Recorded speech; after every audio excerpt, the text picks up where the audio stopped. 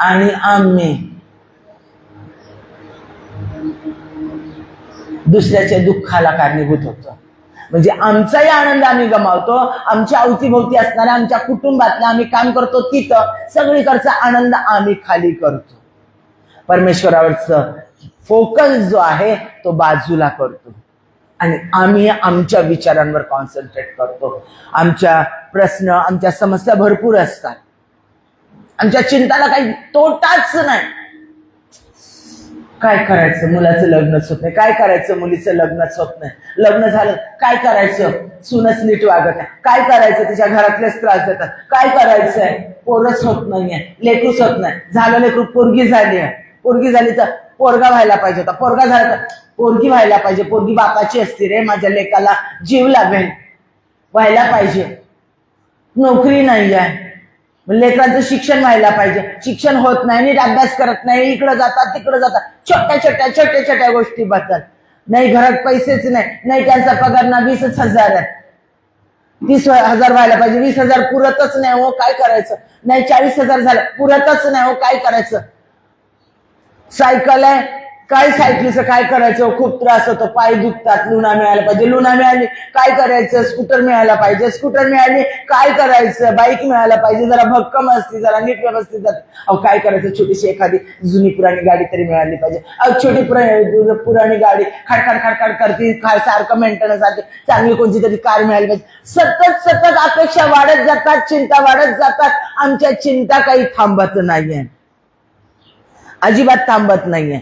काम मिळालं पाहिजे, हे काम मिळालं तर चांगलं काम मिळालं पाहिजे, राहायला स्वतःचं घर पाहिजे, स्वतःचं घर असलं तर जरासं 2 BHK तरी मिळायला पाहिजे, 1 BHK नाही भागत आहे, सगळाच पसारा होतो, चांगलं मिळायला पाहिजे, इकडचे शेजार नाही चांगल्या तरी सोसायटीत मिळालं पाहिजे, चांगलं तरी झालं पाहिजे, चांगल्या सोसायटीत मिळालं, जरा 2 BHKचं मिळालं पाहिजे, ते मिळालं की मग आम्हाला आमचं स्वतःचं स्वतंत्र असलं पाहिजे, बाबा बंगल्यात छोटंसं घर का असं ना, पण आजूबाजूला बागबीग करता आली पाहिजे. म्हणजे माणसाच्या अपेक्षाही वाढत राहतात, माणसाच्या त्याच्याबद्दल असणाऱ्या चिंता वाढतच राहतात, थांबत नाही, कामावर त्रास होतो, बॉस काही बदलत नाही, मालकीन काही बदलत नाही, कामगार काही बदलत नाहीये, त्यांच्याबद्दलचे सतत विचार येत राहतात, आजार आलाय, हा आजार काही जात नाहीये, सतत आजार आहेच, पाठदुखीच आहे, कंबरदुखीच आहे, मानदुखीच आहे, डोकंदुखीच आहे, बीपीचा प्रॉब्लेमच आहे, डायजेस्टिंगच नीट व्यवस्थित होत नाही, स्किन डिझीजच आहे, वेट वाढतच चाललेलं आहे,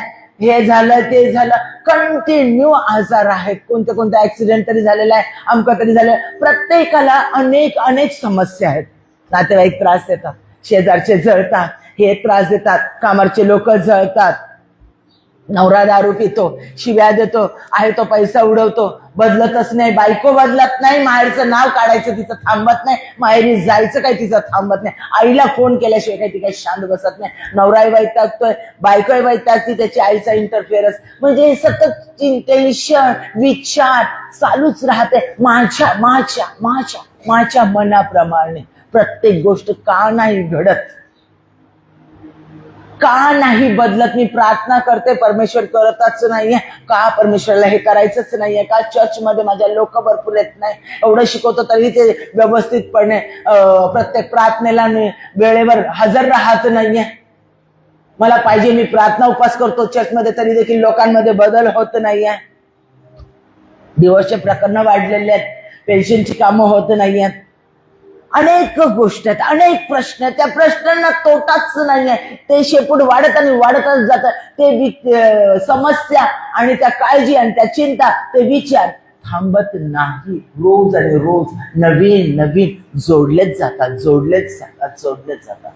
आमच्याकडून, आमच्या घरातल्यांकडून, आमच्या जवळच्यांकडून, सगळ्यांकडून विचार आणि त्या चिंता आणि अपेक्षा वाढतच राहतात, त्या अपेक्षा पूर्ण व्हाव्या म्हणून माणूस प्रयत्नच करतो, त्या अपेक्षा पूर्ण झाल्या नाही, माणूस निराशच राहतो, मग आम्हाला येशू ख्रिस्त माहिती आहे, मग आम्ही येशू ख्रिस्ताची प्रार्थना करतो, पण येशू ख्रिस्ताने वचन दिलंय, ते वचन पूर्णच होत नाही, विलंब लागतोय, मग देव आमच्यावर कोपलाय का, परमेश्वर आमच्यावर प्रेम करत नाही का, पहिलं प्रार्थना केली की लगेच घडायचं, पास्टरांनी प्रार्थना केली की लगेच उत्तर मिळायचं, नाही, पास्टर आता जरा लक्ष देत नाही, पास्टर आता जरा थकल्यासारखे वाटतात, पास्टरांचं लक्ष आता दुसरीकडे आहे, पास्टरांना आता खूप काम आहे, पास्टरांना आता मोठे लोक आहेत, पास्टरांचं लक्ष इथे नाही, पास्टरांचं माझ्यावर प्रेम राहिलंच नाही पहिल्यासारखं,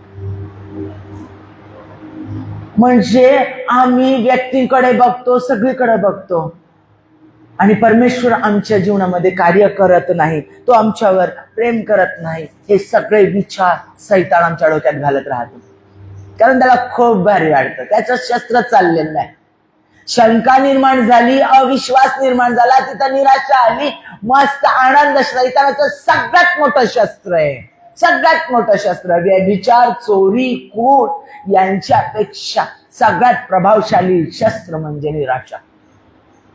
निराशा तुमच्यात आली की शंका कुशंका आल्याच, की अविश्वास आलाच. आणि देवाचं वचन आहे, स्पष्ट वचन आहे की जिथे निराशा, जिथे शंका, जिथे अविश्वास, तिथे देवाचं कार्य होतच नाही. स्टॉप, सगळं थांबलं.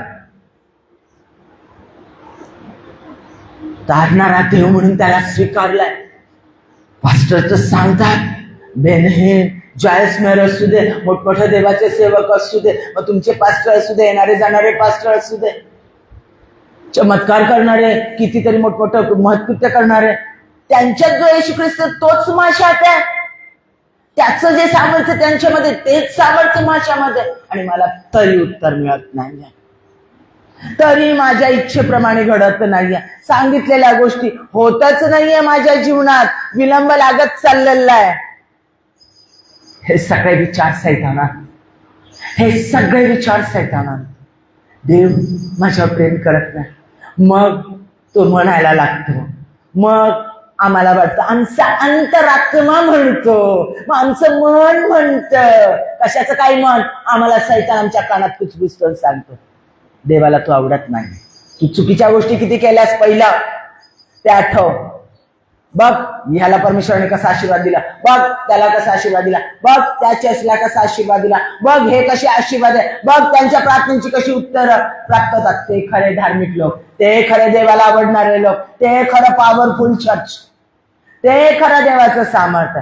इथं काय, माझ्या जीवनात काय, आमच्या जीवनात आमच्याकडून अशा गोष्टी घडल्या, तशा गोष्टी घडल्या, माझ्याकडून सगळा तुमचा पास्ट सैतान आठवून देतो. जिथं देवाने आज्ञा केली यशाया 43 मध्ये, जुन्या गोष्टींची आठवण करू नको, आज्ञा मोडणं म्हणजे पाप आहे. सैतान आम्हाला सगळं निगेटिव्ह आठवून देतो. बघ तू आता अशी बोलली, बघ तुझ्या नवऱ्या संगती तू अशी वागली, बघ तुझ्या बायको संगती तू असा वागला, बघ तुझ्या बॉस संगती तू असा वागला, बघ हे असं झालं, बघ लोक तुझ्याबद्दल काय बोलतात, पहा लोक काय म्हणतात, बघा लोक काय निंदा करतात, बघा तिकडे असं बोललंय, पॉलिटिकल लोक, अमके लोक, तमके लोक.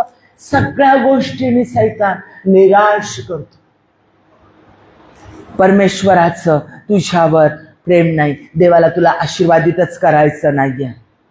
एवढं मोठं जग, अरे नाशिकच एवढं मोठं, मग त्याच्यात पुणे किती मोठं, बॉम्बे किती मोठं, हा महाराष्ट्र किती मोठा, मग या महाराष्ट्रातले सगळे राज्य किती मोठे, सगळे मग भारत किती मोठा, भारतामध्ये भारतासारखे बाकीचे देश किती मोठे मोठे, आणि ते पूर्ण जग किती मोठं, त्याच्यातले तू एवढी चिटकुला व्यक्ती, तू एवढूसा. अरे म्हणतात विमानात गेल्यानंतर तो काही एवढं दिसत पण नाही. मग जर आपण इतके शुल्लक आहे, मातीसारखे आहे, धुळीसारखे आहे, आणि तो देव तुझी का आठवण करेल, आणि तो तुझ्या प्रत्येक छोट्या छोट्या गोष्टीत कशाला लक्ष घालत, तो खूप महान देव आहे, तो कशाला एवढीशी तुझ्या एवढीशी भावना आणि ती भावना, आणि तुला इथं दुखलं, तुला इथं वेदना झाल्या, तुला त्या वेदना झाल्या, आणि म्हणून तो लगेच स्वर्ग सोडून तुझ्यासाठी येईल आणि तुझ्यासाठी कार्य करेल. काय ह्या सगळ्या शंका कुशंका, हे सगळं सैतान आमच्या अंतःकरणात घालतो. लाखो करोड लोक, सगळ्यांचंच कसं परमेश्वर एका वेळेला बघेल? वैतागत असेल परमेश्वर, एकटा दे एवढं सगळं लोक, कसं शक्य आहे? हे सगळे विचार, लॉजिक आमच्या डोक्यामध्ये सैतान आणून देतो. सगळे विचार, ही सगळी निगेटिव्हिटी आणून देत राहतो, आणि मग शेवटी सार निघतं, नाही परमेश्वराला शक्य नाही, परमेश्वराची इच्छा नाही, परमेश्वर करू इच्छित नाही. देवाची इच्छा, त्याची इच्छा नाही, त्याच्या इच्छेच्या पुढे कोण जाणार? अहो नाही घडत देवाची इच्छा. हे आमचं गिवअप करणं, सोडून देणं, आशा सोडणं, विश्वास सोडणं, खचून जाणं, पूर्णपणे निराशेच्या सैतानाच्या अधीन झाल्याची हे प्रूफ आहेत. हे वाक्य जी आमच्या अंतःकरणात, आमच्या मुखातून बाहेर येतात. देवाची इच्छा शेवटी सांगतात. काय आपण देवाच्या पुढे तर नाही जाऊ शकत ना. देवाला जे हवं तेच करू शकतो आपण. काय हट्ट नाही धरत. अरे देवाने तुम्हाला आशीर्वादित करायचं ठरवलेलं आहे. तो करणार म्हणजे करणार. त्यांना अभिवचन दिलेलं आहे. तो करणार म्हणजे करणार. तो तुम्हाला कधीच सोडणार नाही. हे त्याचं अभिवचन आहे. त्याने सांगितलेलं आहे. त्याचं अभिवचन आहे मत्ते 6:34 मध्ये. याच उद्याची चिंता करू नका, कारण उद्याची चिंता उद्याला, ज्या दिवसाचे दुःख त्या दिवसाला. आम्हाला हे सगळं माहिती आहे तरी आम्ही चिंता करतो. नीतिसूत्राचा 3रा अध्याय 5व्या वचनात सांगितलंय, तू आपल्या अगदी मनापासून परमेश्वरावर भाव ठेव. आपल्याच बुद्धीवर अवलंबून राहू नको. स्पष्ट आज्ञा दिलेली आहे. आज्ञा मोडणं म्हणजे पाप. तरी पण काय वाटतं तुम्हाला? काय करू शकतो आपण? कर्जातून कसं बाहेर जाऊ शकतो? कोणत्या बँकेकडून एकदम डायरेक्ट कर्ज घेऊन आपण हे सगळं फेडून टाकू शकतो? काय करायचं? कुठून आपण घर घ्यायचं? कुठून आपण हे काय करायचं?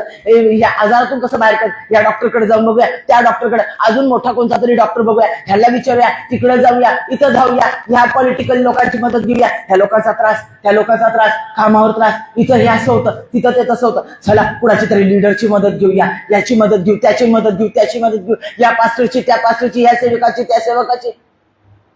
आम्ही आमच्या बुद्धीवर अवलंबून. सहज मी परिस्थिती बदलू शकत. मी करेल. अरे तू घाबरू नका. मी आहे ना. मी करतो ना सगळं. आम्ही आमच्या कर्तृत्वावर, आम्ही आमच्या बुद्धीवर, आम्ही आमच्या श्रीमंतीवर, आम्ही आमच्या ज्ञानावर, आम्ही आमच्या पैशावर, आम्ही आमच्या सगळ्या गोष्टींवर अवलंबून राहतो. आम्हाला माहितीये परमेश्वरानं सांगितलेलं आहे आणि तरी देखील आम्ही ऐकत नाही. यशाया 30 मध्ये सांगितलंय, तुला थांब म्हटलंय, शांत हो आणि जाण की मीच परमेश्वर आहे. तरी देखील तू पळतोस तर तुला घोड्यावरून पळावं लागतं. तुझे शत्रू चपळ होतील. म्हणजे सैतान तुझ्यावर ज्या समस्या आणतो तो अधिक चपळ होईल, अधिक वेगाने तो कार्य करेल. का? कारण तू भरोसा ठेव, विश्वास ठेव, थांब, परमेश्वराकडे फोकस कर. मी सांगितलेलं, परमेश्वराने सांगितलेलं आहे, चिंता करू नकोस.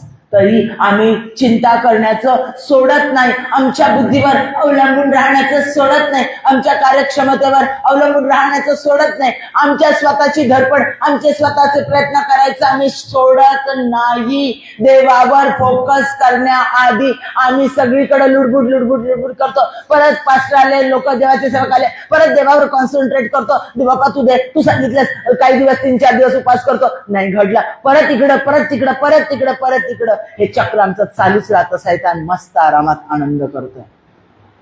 वा या चक्रामध्ये फसू दे, फिरत राहू दे. अविश्वास, परत विश्वास, परत अविश्वास, परत विश्वास. आम्ही खेळ करतो. देवाशी खेळी करू नका. देवाशी खेळी करू नका. बायकोच्या सांगण्यानुसार अब्राहमाने सारेतनी सांगितलं म्हणून तिला हगारच्या नुसार इस्माईल झाला. पण त्याला माहिती होतं, त्याचा विश्वास होता, देव मला माझा आयझक देणारच देणार. जरी त्याचं आयझक दिला, त्याचं अर्पण करायला लावलं, तरी देखील त्या अर्पण करायला घेऊन जात असताना त्या पुत्राचं की आता म्हातारपणात लेकरू होणार नाही, हेच लेकरू आहे, तरी देखील नोकराला सांगून गेला, आम्ही दोघं परत येतो. म्हणजे माझा देव माझ्या लेकराला माझ्या संधी परत पाठवणार आहे. त्याला विश्वास म्हणतात. असा विश्वास हवा आहे. त्याने चिंता केली नाही. दगड डोक्याखाली घेऊन झोपून शांतपणे मनन करत, चिंता करत, टेन्शन घेत बसला नाही. तो बोलला, डायरेक्ट विश्वासाने बोलला. आणि हेच आमच्याकडून होत नाही. मग चिंतेचे परिणाम काय होतात? काळजीचे परिणाम काय होतात? आध्यात्मिक परिणाम बघा. आध्यात्मिक स्पिरिच्युअल परिणाम काय होतात? सगळ्यात पहिलं परमेश्वरावर अविश्वास होतो. आणि विश्वासाशिवाय देवाला कोणी संतोष देऊ शकत नाही. तिथंच घाला परमेश्वरासंग आमचं रिलेशन जे आहे ते रिलेशन मोनोटोनस होतं. तो आमच्यात आहे. हा विश्वास आमचा कमजोर होतो.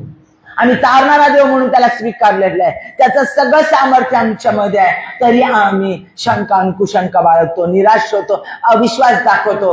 अविश्वास दाखवल्यानंतर देवाच्या कार्याला आम्ही वाव देत नाही. देवाला म्हणतो तू कार्य करण्यास असमर्थ नाही होऊ शकत.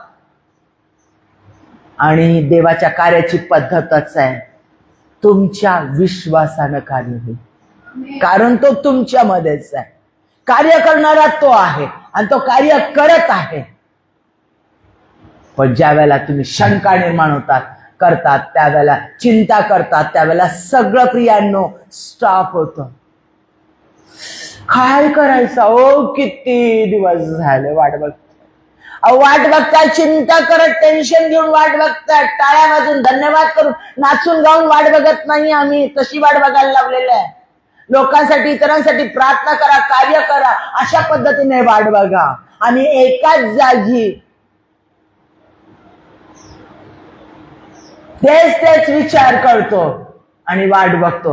ही चिंता करणं, ही काळजी करणं आमच्या आध्यात्मिक जीवनावर परिणाम होतोय. आमचं देवासंगतीचं जो जिव्हाळ्याचं नातं, इंटिमेट रिलेशनशिप आहे, ती ढासळली जाते, ती कमजोर पडते. आम्ही देवाला जाणून घेत नाही.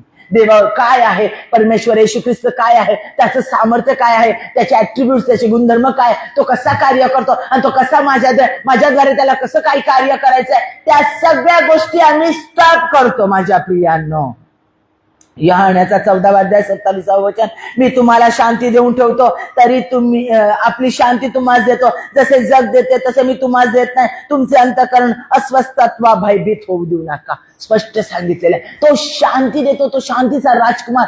जेव्हा शालोम तो आमच्यामध्ये, पण तो शांती देतो, ती शांती आम्ही स्वीकारू शकत नाही. माझ्या प्रियांनो, शांती किंवा निर्धास्त जीवन जगणं, त्याच्यावर भार टाकणं आणि शांतपणे आनंद करणं, धन्यवाद करणं, नाचून गाऊन स्तवन करणं, त्याला म्हणतात शांती. मी तुम्हाला उदाहरण सांगितलेलं होतं. माझा मुलगा लास्ट मोमेंट होता, लास्ट, आता जगणार नाही, आयसीयू मध्ये. आणि अशा परिस्थितीत तो माझ्या समोर होता. तो मला म्हटला, एकुलता एक पोरगा मला म्हटला, मला जगायचं आहे.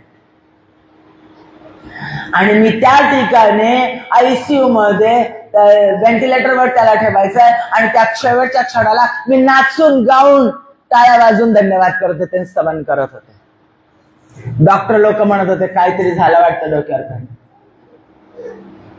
वेळी झाली आहे वाटतं. आणि मी नाचून गाऊन, ते लेकरू माझ्याकडे बघतंय, त्याला माहितीये मी परमेश्वराशिवाय त्याच्यावर पण प्रेम करत नाही, कुणावरच. फक्त देवाच्या सामर्थ्याने प्रत्येक व्यक्तीवर, जी देवाची व्यक्ती आहे, ज्यांना देवाने निवडलेल्या कार्य करणार आहे, त्या प्रत्येक व्यक्तीमध्ये येशू ख्रिस्त, त्याचा सन्मान करा. मग ते तुमचं लेकरू असेल अथवा दुसऱ्याचं लेकरू असेल, सगळेच लेकरं तुमचीच आहेत. तशा पद्धतीने प्रेम करा, तशा पद्धतीने प्रत्येक व्यक्तीसाठी, तेवढ्या त्या प्रत्येक परमेश्वराच्या निर्मिती व्यक्तीसाठी, मग ते कोणत्याही धर्माचं असू दे, कोणी असू दे, ते माझ्या देवाचं आहे असं म्हणून त्यांच्यावर प्रेम करा. त्याला देवाची प्रीती म्हणतात. एकाच ठिकाणी माझं ते पोरगण, दुसऱ्याचं ते कार्य काहीतरी म्हणतात ना, तसं नकोय देवाला, तसं नकोय. तेवढंच तुमचं हृदय तुटलं पाहिजे दुसऱ्याचं लेकरू आजारी असतं. माझ्या प्रियांनो, मी नाचून गाऊन स्तवन करत होते आणि परमेश्वराने त्याला मृत्यूतून सोडवलं. त्याच क्षणाला त्याचा प्रॉब्लेम सॉल्व्ह केला परमेश्वरानं आणि तो आयसीयू मधून बाहेर आला. देव तो देव आहे. ते अतिशय अद्भुत होतं की डॉक्टर लोकांनाही तो चमत्कार समजला नाही. परमेश्वर ज्या वेळेला आम्ही आमची चिंता त्याच्यावर पूर्णपणे टाकून देतो, तो म्हणतो भयभीत होऊ नकोस, निराश होऊ नकोस, मी आपली शांती तुला देतो. ती शांती ज्या वेळेला असते ना माझ्या प्रियांनो, आम्ही त्या प्रॉब्लेम मध्ये, आम्ही त्या निराशेमध्ये, शत्रू त्रास देत असताना देखील आनंद करतो आणि देवाचं कार्य करतो, कारण की त्याची शांती आमच्यामध्ये आहे. शत्रूला काय करायचं करू द्या, वाईट करणाऱ्यांना अजून वाईट करू द्या, घेणार नाही, तुम्ही मात्र धन्यवाद करा. आणि परमेश्वर काय करतो बघा, जर आम्ही चिंता करतो आमचा परमेश्वरासंगती नातेसंबंध बदलतो, कमी होतो. त्याचे जे पवित्र लोक आहेत, जे पास्टर्स आहेत, देवाचं कार्य करणारे लोक आहेत, त्यांच्या सहवासामध्ये आम्ही राहत नाही. चर्चकडे येणं आमचं कमी होतं, प्रार्थना ग्रुपमध्ये येणं कमी होतं, प्रार्थना उपवास करणं आमचं कमी होतं. काही उत्तर मिळत नाही, काही होत नाही. जाऊ दे पुढच्या वेळेला जाईल, जाऊ दे पुढच्या वेळेला जाईल. आणि अशा पद्धतीनं पवित्र जनांच्या सहभागितेमध्ये खंड निर्माण होतो. पवित्र जनांची सहभागिता ही परमेश्वरापासून आम्हाला मिळालेली आहे. ज्या व्यक्तीने येशू ख्रिस्ताला स्वीकारलेलं आहे तो प्रत्येक व्यक्ती नीतिमान आहे. देवाचं वचन सांगतं नीतिमान म्हणजेच त्याचे पवित्र जन. आणि त्या प्रत्येक पवित्र जनांची सगळी सभा एकत्र येणं हे परमेश्वरापासून आहे. आणि तिथं परमेश्वराचं कार्य सुरू होतं. म्हणून म्हटलं जिथे दोघे किंवा तिघे माझ्या नावाने एकत्र येतील त्या ठिकाणी मी आहे. आणि तुम्ही जे काही माझ्या नावात मागाल ते मी तुम्हाला देईन, असं अभिवचन परमेश्वराचं आहे. माझ्या प्रियांना लगेच त्याच ठिकाणी ती प्रार्थना ऐकली जाते. दोघे किंवा तिघे. परमेश्वराची पवित्र जनांची सहभागिता अतिशय सामर्थ्यशाली आहे, अतिशय महत्वपूर्ण आहे आमच्या जीवनासाठी. आणि ज्या वेळेला आम्ही चिंतेत जातो त्यावेळेला ही आम्ही गमावतो. आम्ही परमेश्वराचं स्तवन करणं आमच्याकडून होत नाही, परमेश्वराची बायबल वाचन करणं आमच्याकडून होत नाही, परमेश्वराच्या लोकांसाठी मध्यस्थी करणं प्रार्थना करणं आमच्याकडून होत नाही, आमच्याकडून आनंद करणं होत नाही. आम्ही देवाच्या आत्म्याला खिन्न करतो. चर्चमध्ये येऊन गाणं म्हणतो, प्रभु का आनंद है मेरी ताकत, संसार में सुंदर है मेरी ताकत, वो मेरा आनंद हर एक दिन में. इतकं छान टाळ्या वाजून हात वरती करून गाणं म्हणतो, आनंदाने गाणं म्हणतो. चर्चा बाहेर गेलो की अगो बाई कधी होईल, केव्हा होईल, कसं होईल. त्रास देणं त्याचं बदललंच नाही. अगो ते शेजारचे बघ त्रास द्यायसाठी काहीतरी नवीन हे करतील, जरा लक्ष दे. ते कामावर त्रास देणारा तो बॉस तर काही बदलणार नाही. सगळं निगेटिव्ह बोलणं चालू, मागची चिंता परत पुढं चालू. अविश्वास बदलतच नाही जीवन, ट्रान्सफॉर्मेशन नाही. म्हणतो इथून मेंदूमध्ये, आमच्या विचारामध्ये, आमच्या कृतीमध्ये मात्र ते नाही गाणं. कारण इथं शंका आहे, कारण इथं निराशा आहे, कारण इथं चिंता आहे. कधी होईल, केव्हा होईल, कसं होईल, होईल की नाही, परमेश्वर करेल की नाही. परमेश्वराने सांगितलं निर्भय जीवन जगा, भयाचा आत्मा मी तुम्हाला दिलेला नाहीये, आम्हाला आज्ञा केलेली आहे. तरी देखील भय, असं झालं तर, तसं झालं तर, पुढे ती अशी वागली तर, पुढे तो असा वागला तर, पुढे त्यानं मला सोडून दिलं तर, आणि त्याच्या नातेवाईकांचं ऐकलं तर, पुढे एखादी त्याच्या जीवनात आली तर, पुढे एखादा तिच्या जीवनात आला तर. चिंता, विचार मध्ये जे आशीर्वाद देतो ते आम्ही गमावून बसतो. त्याचा आनंद आम्ही घेऊ शकत नाही, कारण आमच्या चिंता आणि निराशा आम्हाला सैतानाच्या जवळ नेतात, देवापासून तोडतात. स्पष्ट शब्दात सांगते, देवाला दुःख देतात. यहोशुआ याचा पहिला अध्याय 9 वचन, मी तुला आज्ञा केली आहे ना, खंबीर हो, हिम्मतदार, घाबरू नकोस, कचरू नको, कारण तू जाशील तिकडे तुझा देव तुझ्या बरोबर आहे. आज्ञा केली ना, अरे तू जिथं जाशील रे तिथं तुझ्या संगती देव आहे.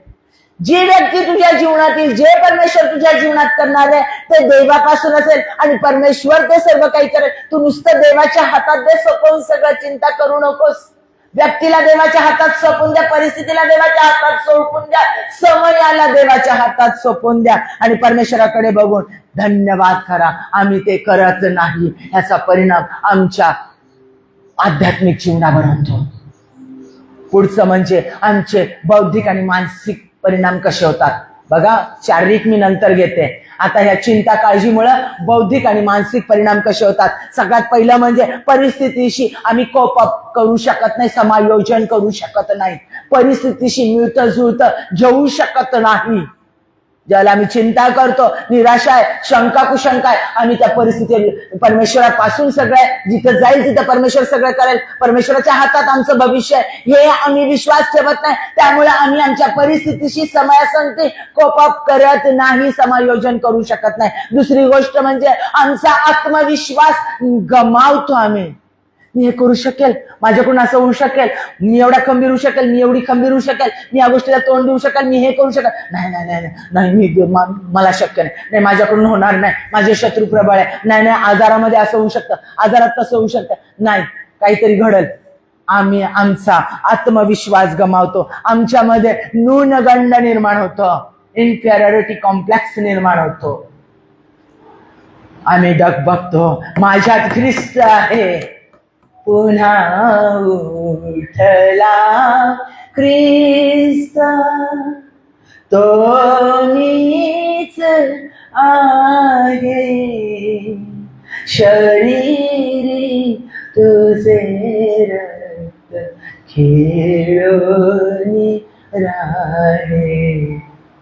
तो ख्रिस्त माझ्यामध्ये, म्हणजे तो जग बनवणारा, युनिवर्स बनवणारा, गॅलेक्सी बनवणारा, तो यावे परमेश्वर ईश्वर, तो माझ्यामध्ये आहे.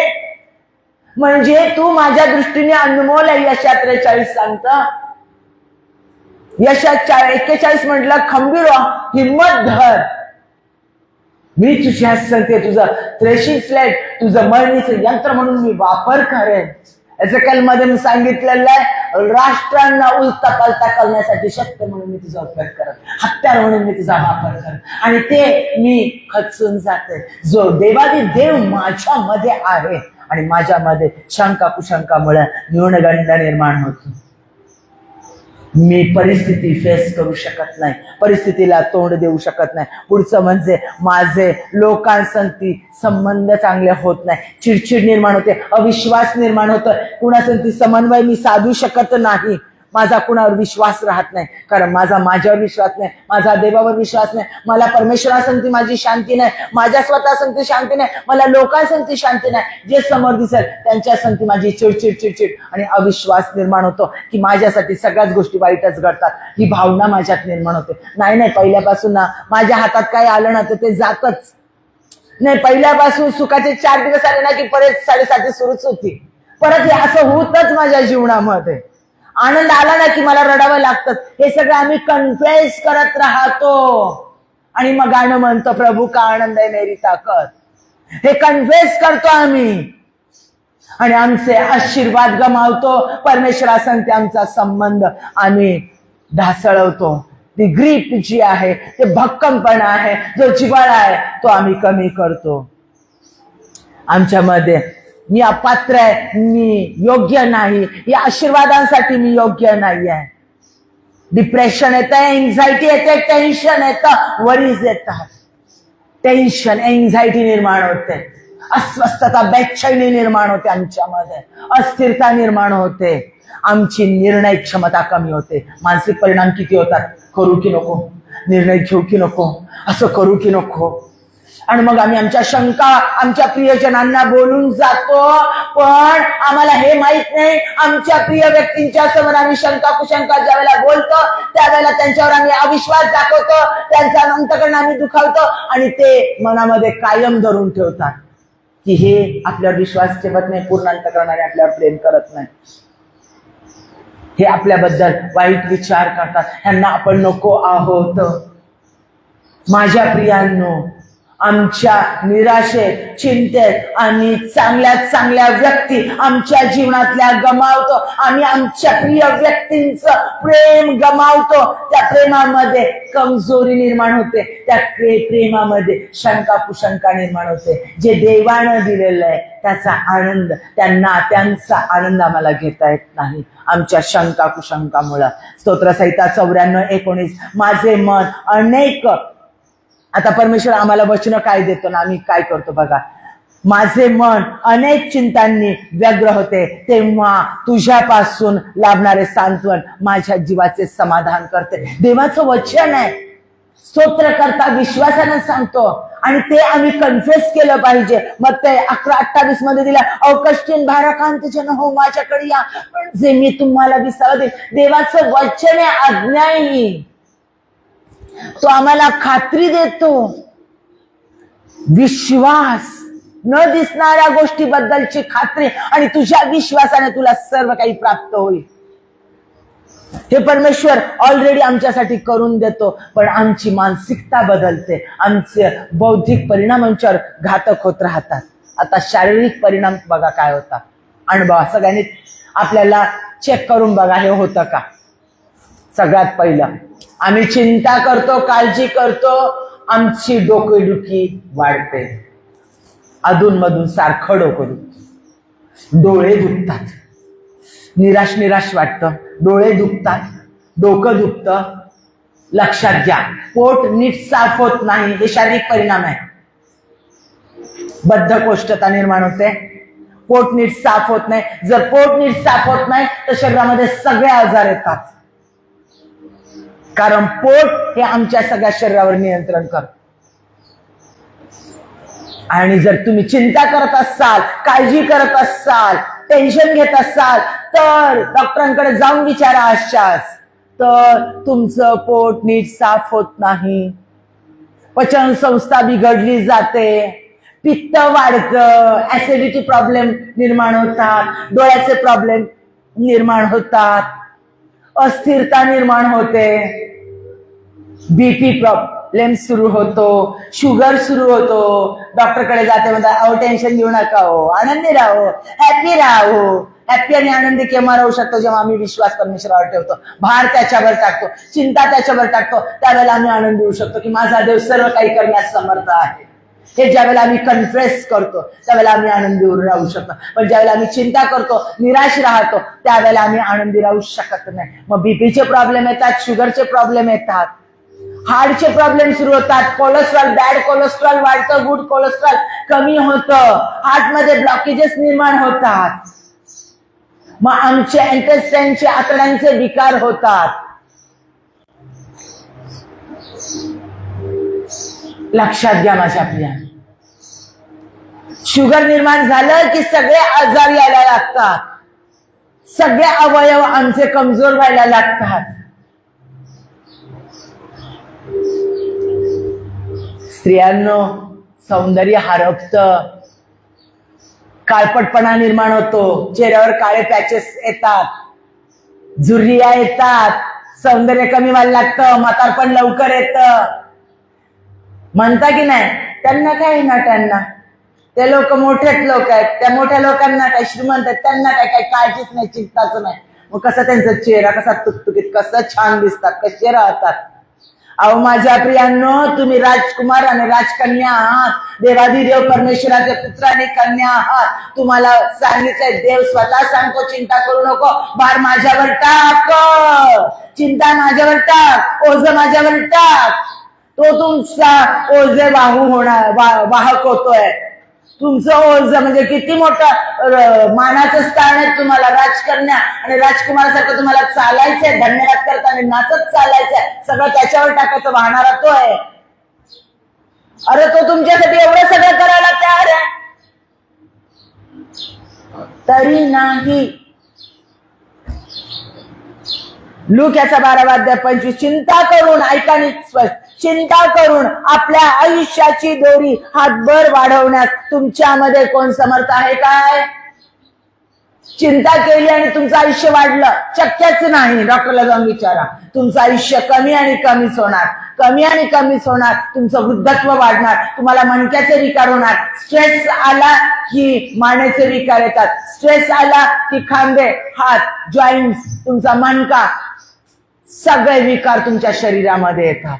तुमचे गुडघेदुखी, तुमची पायदुखी, सगळे वात वाढणं, सगळे आजार तुमच्या चिंतेमुळे निर्माण होतात, तुमच्या टेन्शनमुळे निर्माण होतात, तुमच्या काळजीमुळे निर्माण होतात. जा आणि चॅलेंज आहे, डॉक्टरांना जाऊन विचारा, डॉक्टर सांगतील तुम्हाला. देव म्हणतो चिंता करू नका. का करू नका? यशायाचा 41वा अध्याय 10वा वचन, तू भिवू नकोस, कारण मी तुझ्या बरोबर आहे, घाबरू नकोस, मी तुझा देव आहे. अरे परमेश्वर सांगतो, मी तुला शक्ती देतो, मी तुझं सहाय्य करतो आणि मी आपल्या धार्मिकतेच्या उजव्या हाताने तुला सांभाळतो. अरे काय सुंदर वचन दिलंय. चिंता करू नको, घाबरू नको, भय धरू नको. का? कारण मी तुला सहाय्य करतो, मी तुला शक्ती देतो आणि मी तुला धार्मिकतेच्या हाताने सावरून धरतो. म्हणजे मी तुला धार्मिकता प्राप्त करून देतो. धार्मिकता प्राप्त करून दिली म्हणजे समाजामध्ये तुम्हाला स्थान आहे, तुम्हाला पवित्रतेचं जीवन आहे, सन्मानाचं जीवन आहे, शक्ती देतो. सर्व प्रकारे तुमचं शारीरिक आणि आध्यात्मिक आणि मानसिक ताकद तो तुम्हाला देतो. सर्व काही करण्यास तुम्ही समर्थ होता त्याच्या साह्याने, देवाच्या साह्यानं. फिलिपिकरास पत्रामध्ये म्हटलं पहिल्या अध्यायात, देवाच्या साह्यानं मी सर्व काही करण्यास समर्थ आहे. ती ताकद, ती शक्ती तो देतो ह्या वचनामध्ये तुम्हाला. ते सामर्थ्य देतो, तो सगळ्या गोष्टी पूर्णत्वास नेण्याचं सामर्थ्य तो तुम्हाला देतो. पैसा, वैभव, सन्मान, सर्व गोष्टी परमेश्वराच्या सामर्थ्याने मिळवण्याचं सामर्थ्य तो तुम्हाला प्राप्त करून देतो. फक्त त्याने सांगितलं, भिवू नको, घाबरू नको, आपला विश्वास परमेश्वरावर ठेव. पुढचं म्हणजे तुमच्या जीवनाच्या प्रत्येक गुप्त विभागामध्ये देखील तो कार्य करतो. आम्ही आमच्या परमेश्वरासमोर नग्न आहोत. आमचे विचार, आमची स्वप्न, आमच्या सगळ्या कमजोर गोष्टी सगळ्या काही त्याच्या समोर उघड्या आहेत. आमचं प्रत्येक रिलेशन, आमच्या आई वडिलांसंगती, बायको संगती, नवऱ्या संगती, मित्रासंगती, मैत्रिणी संगती, सगळ्या संगती असणारं आमचं रिलेशन काय आहे, खरं आहे का खोटं आहे, काय आहे, ते सगळं परमेश्वराच्या समोर आहे आणि तो त्या सर्व विभागामध्ये कार्य करण्यास समर्थ आहे. तो आमची बौद्धिक स्थिती जाणतो, तो आमची आध्यात्मिक स्थिती जाणतो, तो आमची मानसिकता जाणतो, तो आमचे विचार जाणतो, आमचं उठणं बसणं तो पाहतो आणि ते बदलवण्याचं सामर्थ्य फक्त त्याच्यात आहे, आमच्यात नाही आहे. मग तो आमचं भविष्य त्याच्या हातात आहे आणि तो म्हणतो, माझ्यावर तू आपला भार टाक, माझ्यावर टाक. यशाया 41 परत एकदा बघा, 10वं वचन, तू भिवू नको कारण मी तुझ्या बरोबर आहे, घाबरू नकोस कारण मी तुझा देव आहे, मी तुला शक्ती देतो. बघा, शक्ती देतो, शक्ती देतो, मी तुला सहाय्य करतो, मी तुला सहाय्य करतो, मी तुला सहाय्य करतो. मी आपल्या धार्मिकतेच्या उजव्या हाताने तुला सावरतो, सावरतो. प्रत्येक गोष्टीतून तो तुम्हाला सावरेलच सावरेल, तो त्याच्यातून बाहेर काढेलच काढेल. तो तुम्हाला त्याच्यात पडू देणार नाही, तो तुम्हाला लज्जित फज्जित होऊ देणार नाही. कारण तो पुढचा ऐका, तो ओमनी प्रेझेन्स गाड आहे, ओमनीसायंट गाड आहे आणि ओमनीपोटेंट गाड आहे. सर्वव्यापी परमेश्वर आहे, सर्व काही सर्वज्ञ परमेश्वर आहे, सर्व त्याला माहिती आहे. तो सगळीकडे एकाच वेळेला व्यापलेला आहे, तो सर्वज्ञ आहे, सर्व जाणणारा देव आहे. जुनी टेक्नॉलॉजी, आत्ताची टेक्नॉलॉजी आणि पुढे परत येणारी टेक्नॉलॉजी, पुढे काय घडणार आहे, काय ज्ञान मानव निर्माण करणार आहे, काय गोष्टी निर्माण करणार आहे, सगळं त्याला ज्ञात आहे. लक्षात घ्या, तो अल्लाव करतो सगळ्या गोष्टी आणि तो सर्वज्ञ आहे, तो सर्व सामर्थ्यशाली परमेश्वर आहे आणि तो तुमच्यातच राहतो. त्याचं अभिवचन आहे, मी तुला सोडणार नाही. जेव्हा श्यामा येतो तो तुमच्या संगतीत चालतो. योहान याचा 15वा अध्याय खरा द्राक्षवेल मध्ये सांगितलंय, तुम्ही माझ्यामध्ये राहा, मी तुम्हामध्ये राहील आणि मग तुम्ही फळ देणारे व्हाल. जसा पित्याच्या आज्ञा मी पाळतो तसा तुम्ही माझ्या आज्ञा पाळाल. माझ्या प्रियांनो, तो पित्यात राहतो आणि पिता त्याच्यात राहतो. म्हणजे तुम्ही येशू ख्रिस्तात राहतात, म्हणजे येशू ख्रिस्त तुमच्यामध्ये राहतो आणि तुम्ही येशू ख्रिस्तात राहतात. तुम्हाला कोणत्याच गोष्टीची कमतरता नाही, त्याचं सर्व सामर्थ्य तुमच्यामध्ये आहे. तो सतत दोष देणारा देव नाही, तो तुमच्या चुका सतत पाहत बसणारा देव नाही. बायको म्हणेल, अरे दारू पित होता, असा वागत होता, तसा वागत होता, इकडे जात होता, हे करत होता, अरे ही बाई पहिलं मला काही त्रास देत होती, माझ्या आईला इतका त्रास देत होती, माझ्या आईचं कसं छळ केलं तिने माहितीये का तुम्हाला? लेकरांना म्हातारं झाल्यानंतर देखील तुम्ही सांगाल. पण तो देव नाही, नाही, नाही, तो तुमचे दोष आठवत नाही. तो म्हणतो, तुझी पातक मी शुद्ध करेल, नष्ट करेल, ते सगळं माझ्या रक्ताने मी ते धुवून टाकेल आणि ते कधीच दिसणार नाही, कधीच नाही. तो प्रेम करतो, तो आम्हाला बदलवतो, तो आम्हाला दोष देत राहत नाही. आमचे दोष, आमचा पास सैतान आमच्या समोर आणतो, देव नाही. प्रियांनो, पहिले पेत्र याचा 5वा अध्याय 7वं वचन, त्याच्यावर तुम्ही आपली सर्व सर्व चिंता टाका, कारण तो तुमची काळजी घेतो. तो तुमची काळजी घेतो. आई आपल्या बाळाला विसरेल, पण तो आम्हाला विसरत नाही. तान्ह्या बाळाला आई विसरेल. तो कोण आहे हे जाणून घ्या. तो काय कार्य करतो हे जाणून घ्या. त्याची वचने वाचा, त्याचं स्तवन करा, त्याचं वचन ऐकत राहा, बोलत राहा, कन्फेस करत राहा. त्याने दिलेली अभिवचनं कन्फेस करत राहा. ती अभिवचनं तुमच्या जीवनात कार्य करतात. जे तुम्ही बोलाल ते तुमच्या जीवनात घडेल. परमेश्वरावर विश्वास ठेवा, कारण तो तुमच्यामध्ये आहे. निरंतर सतत प्रार्थना करा. उपकार स्तुतीसह आपली मागणी परमेश्वराला सादर करा. प्रत्येक परिस्थितीमध्ये, परिस्थिती आनंदाची असू दे, दुःखाची असू दे, कशी असू दे, लोक तुमच्याकडून तुमच्या जवळ येतील आणि चिंता तुमच्याकडे, अरे असं घडलं, आता कसं व्हायचं बघा ना, आता कसं घडेल, आता कसं देवाचं कार्य तुम्ही करू शकाल का, आता तर बाहेर असं घडायला लागलं, तसं करायला लागलं, आता कसं करायला पुढे. ही चिंता, ही काळजी त्याच्यावर सोपवा. त्याला काय करायचं तो करेल. त्याच्या इच्छेच्या विरोधात काहीच घडू शकत नाही. परमेश्वराच्या इच्छेच्या विरुद्ध काहीही घडू शकत नाही. जर घडत असेल, त्यानं अलाव केलेलं असेल, तर ते आम्हाला बदलवण्यासाठी केलेलं आहे. आणि त्याच्याकडे अधिक प्रार्थनेत एकत्र यावं, अधिक त्याला टाहो फोडावं, अधिक त्याच्यावर फोकस करावा, म्हणून आमच्या जीवनामध्ये या सगळ्या संकट आणि गोष्टी होऊ देत होतो. आम्हाला जखमी करावं, आम्हाला दुःखी करावं, आमच्यात न्यूनगंड निर्माण करावं, आमचं खच्चीकरण करावं, आम्हाला पाडावं, ही देवाची इच्छा नाही. आपल्या आईची इच्छा नाही आपल्या लेकरावर पाय देऊन त्याचा नाश करून त्याला नष्ट करायचं आणि सगळ्या शेजाऱ्या पाजाऱ्यांसमोर त्याला लाथाबुक्क्या मारून सांगायचं की हा काहीच करू शकत नाही, काहीच होत नाही याच्याकडून. आणि सदैव त्याचा नाश करण्यासाठी आई टपलेली नसते. आई आपल्या लेकरावर प्रेम करते, कसंही ते लेकरू असू दे. त्या माकडीला आपलं लेकरू प्रिय असतं. प्रत्येक आईला आपलं लेकरू सुंदर असतं, प्रिय असतं आणि त्याला पुढे नेण्यासाठी ती वाटेल तेवढा प्रयत्न करते. त्या एवढ्या सगळ्या आयांमध्ये वात्सल्य निर्माण करणारा तो देवादिदेव परमेश्वर, तो सांगतो आई तान्ह्या बाळाला विसरेल, पण मी तुला विसरणार नाही. यशाया 49 मध्ये सांगितलेलं आहे. त्यानं तुम्हाला त्याच्या तळहातावर कोरून ठेवलेलं आहे. एवढा विश्वास ठेवा माझ्या प्रियांनो. त्याचा विवचन यशाया 46 मध्ये, तुझे केस पिकले, तू वृद्धत्वाकडे गेला, तरी मी तुला विसरणार नाही. तुम्ही त्याला निवडता त्यावेळेला तुम्ही जेवढे सुंदर असतात तेवढेच सुंदर तुम्ही त्या कबरेमध्ये जात असताना देखील असणार. त्याच्यासाठी तुम्ही सुंदरच. तुमचं शरीर त्याच्या समोर मॅटर करत नाही. तुमचा नवरा, तुमची बायको तुम्हाला म्हणेल तू म्हातारी झाली, म्हातारा झालास, पण तुमचा देव इतका प्रेम करतो आणि खरं प्रेम करतो, तो कधीच कधीच कधीच म्हणणार नाही. तो म्हणतो तुझे केस पिकले, तू वृद्धत्वाकडे गेले, तरी मी तुझ्यावर प्रेम करतो. कारण तो अभिवचन देणारा, खरं प्रेम करणारा तो परमेश्वर आहे. मग या चिंतेमधून तुम्ही बाहेर कसं याल?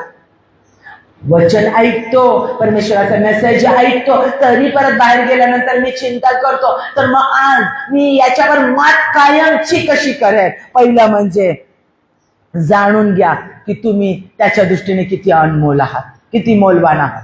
यशाया 43 मध्ये तू माझ्या दृष्टीने अनमोल आहात.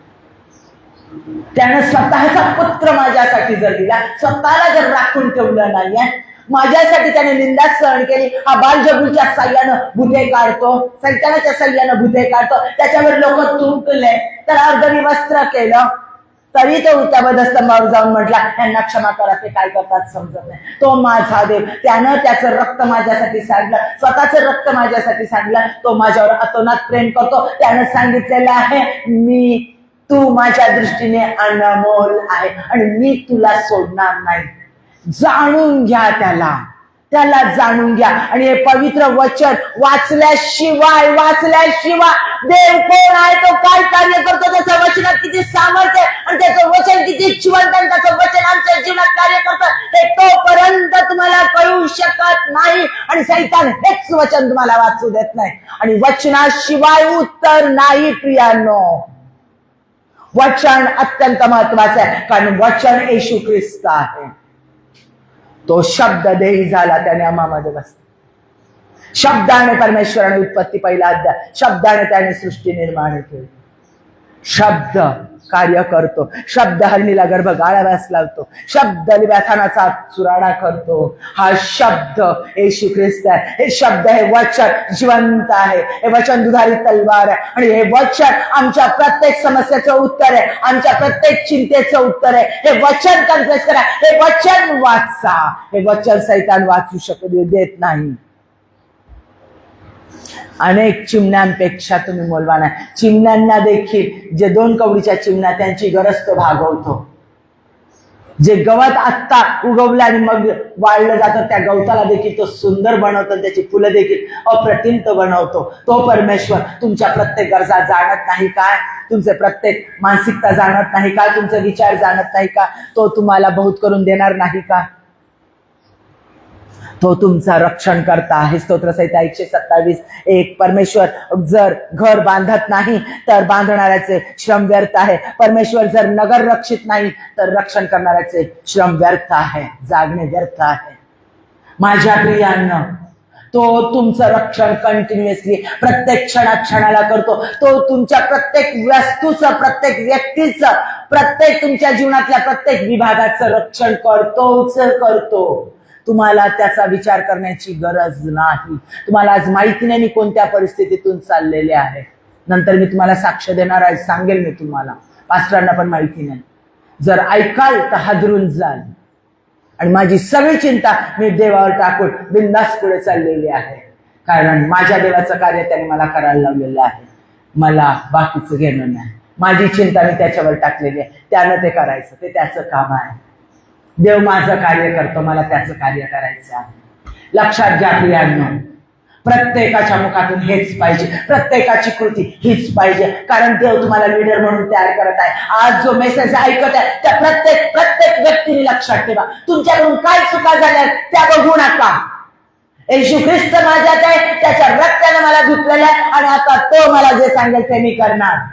आणि तो माझे सगळं कार्यसिद्धीस देणार. माझी प्रत्येक चिंता, माझी प्रत्येक गरज, मला उत्तम पती हवाय, उत्तम माझ्या आई वडिलांसाठी सगळ्या गोष्टी पाहणारी व्यक्ती हवे. परमेश्वर बघेल, ते परमेश्वराचं काम आहे, तुमचं नाही. त्याच्या वेळेत तो सगळ्या गोष्टी उत्तम करणार. तुम्ही फक्त विश्वासाने धन्यवाद द्या. टाळ्या वाजून नाचून गाऊन स्तवन करा.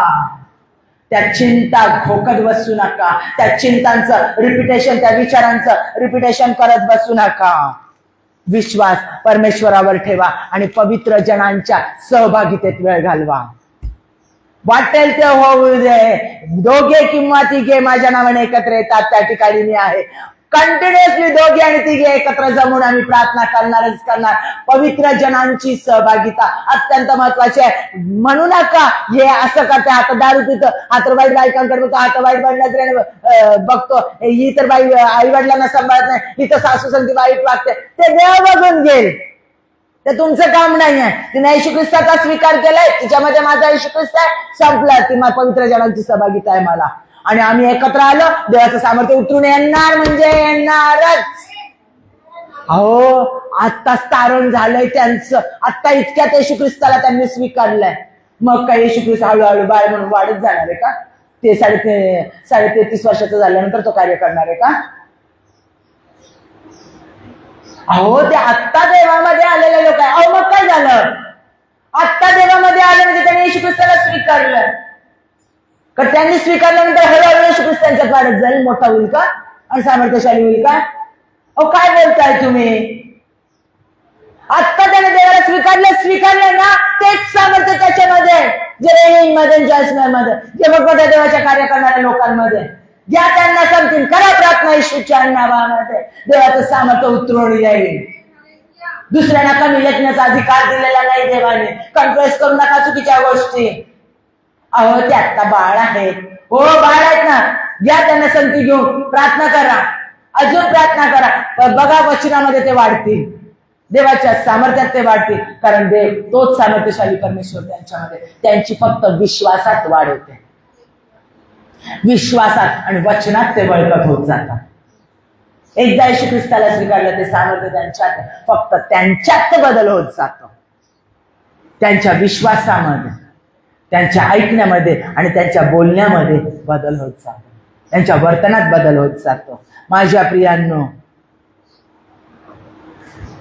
परिस्थितीकडे पाहू नका, समयाकडे पाहू नका, स्वतःकडे पाहू नका, अधिकाऱ्यांकडे पाहू नका, खानदानीकडे पाहू नका, मजबूत पैशाकडे पाहू नका, तुम्ही गेलेल्या पास्टकडे पाहू नका, मजबूत लोकांकडे पाहू नका, मदत करणाऱ्या लोकांकडे पाहू नका. फक्त येशू ख्रिस्ताकडे पहा, फक्त येशू ख्रिस्ताकडे पहा.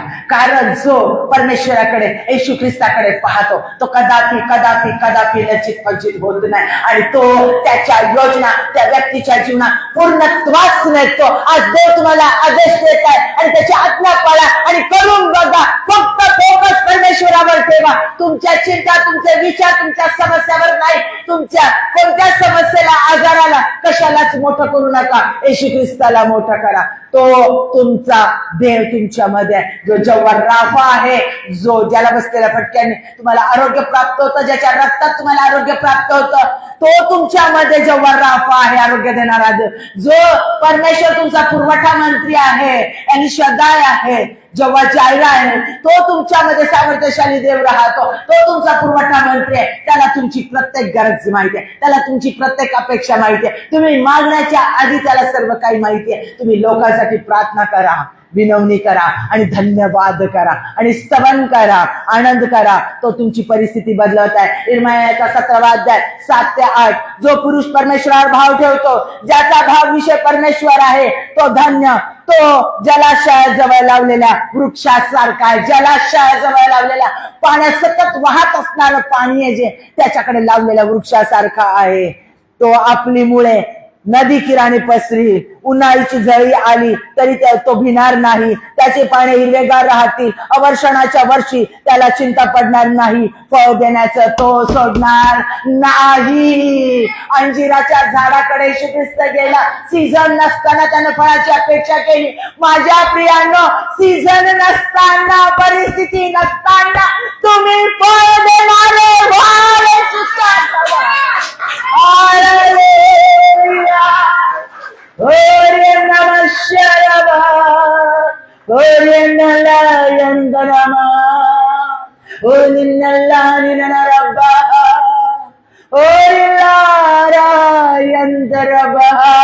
आपले डोळे बंद करा, आपले हात वरती करा आणि परत एकदा पूर्ण समर्पित होऊन परमेश्वराला म्हणा, त्या सगळ्या चिंता काळजी मी कायमची फेकून देत आहे आणि कंटिन्युअसली मी स्तवन करेन, तुझा धन्यवाद करेन, वचन वाचेल आणि लोकांसाठी प्रार्थना करेन. Hallelujah, hallelujah. मी चिंता करणार नाही, मी निराश होणार नाही, कारण माझा हात तू धरलेला आहे. मला तू सोडणार नाही, टाकणार नाही. कन्फेस करा त्याने दिलेली वचनं. तो म्हणतो, आई आपल्या तान्या बाळाला विसरेल पण मी तुला विसरणार नाही. Hallelujah, hallelujah. ओ यरबा, ओ इतनमशरबा.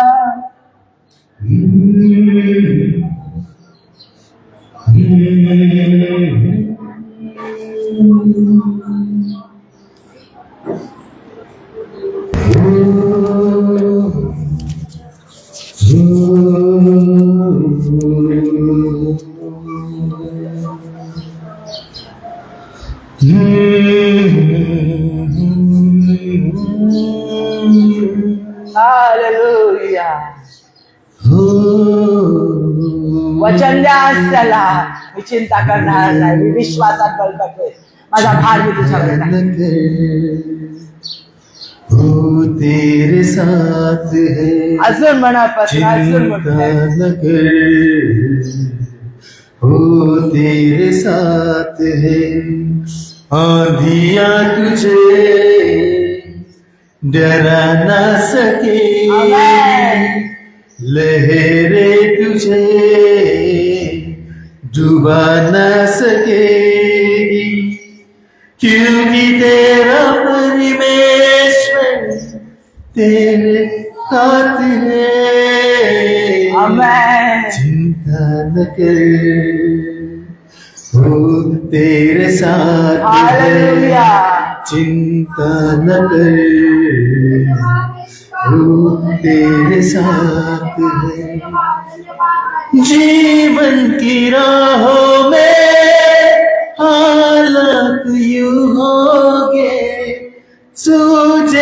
जाना कुछ भी, सब द्वार बंद हो गए, फिर भी भरोसा तेरा ये छुप रखना, मतलब कि इस दुनिया में ये छूह अपना, चिंता न कर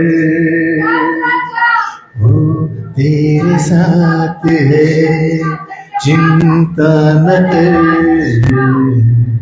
वो तेरे साथ है, आंधियां तुझे डरा न सकेगी, लहरें तुझे डुबा न सकेगी, क्योंकि मेरा परमेश्वर तेरे साथ है,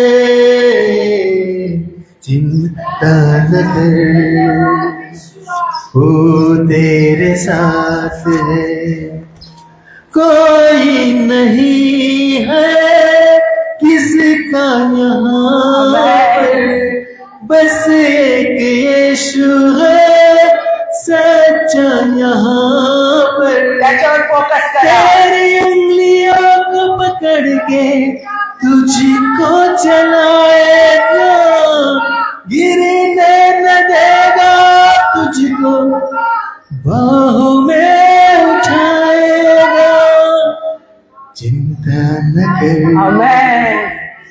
वो तेरे साथ है, चिंता न कर वो तेरे साथ है, आंधियां तुझे डरा ना सकेगी, लहरें तुझे डुबा ना सकेगी, क्योंकि तेरा परमेश्वर तेरे साथ है, चिंता न कर वो तेरे साथ है, आमेन.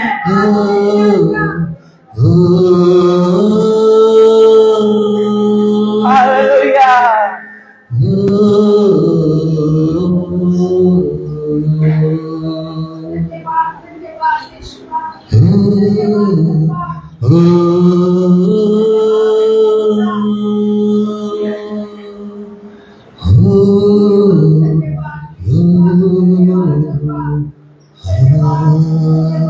Hallelujah.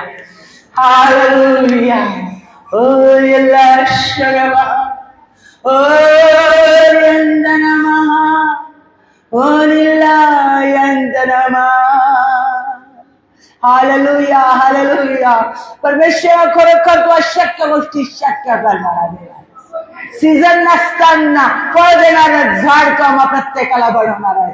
आज बाबा ज्यांनी ज्यांनी तुझा मेसेज ऐकलेला आहे, तुझी वचन ऐकलेलं आहे, तुझा पवित्र आत्मा त्यांच्याशी बोललेला आहे, तू आमची प्रार्थना ऐकलीस म्हणून आम्ही तुझे आभार मानतो, तुझा धन्यवाद करतो. ज्यांनी तुझं वचन ऐकलंय त्या प्रत्येक व्यक्तीच्या जीवनात तुझं वचन आम्ही सील करतो. तुला 100% पीक देणार असं तू त्यांना करत आहे. त्यांचं जीवन तू बदलून टाकत आहे. सगळ्या निराशेतून चिंतेतून तू त्यांना बाहेर काढत आहे. शिक्षणाला आमचा विश्वास आहे, कारण तू प्रत्येक तुझ्याजवळ केलेल्या तुझ्या वचनानुसार केलेल्या प्रत्येक प्रार्थनांची उत्तर तू प्रत्येक ऐकणाऱ्या व्यक्तीला देत आहेस म्हणून धन्यवाद. तू परिस्थिती बदलवणारा, समय बदलवणारा, अशक्य गोष्टी शक्य करणारा देव आहेस म्हणून आम्ही तुझा धन्यवाद. बापा परमेश्वर सगळ्या चिंता काळजातून बाहेर काढून आनंदाची निर्मिती करणारा तू देव आहेस. होय तर परमेश्वर आम्ही तुझा धन्यवाद आणि धन्यवाद देतो. आम्ही तुझी उपकार स्तुती करतो. तू आमच्या प्रत्येकाची भेट घेतलीस म्हणून धन्यवाद देतो. येशूच्या नावात मागतो म्हणून आमेन. आमेन.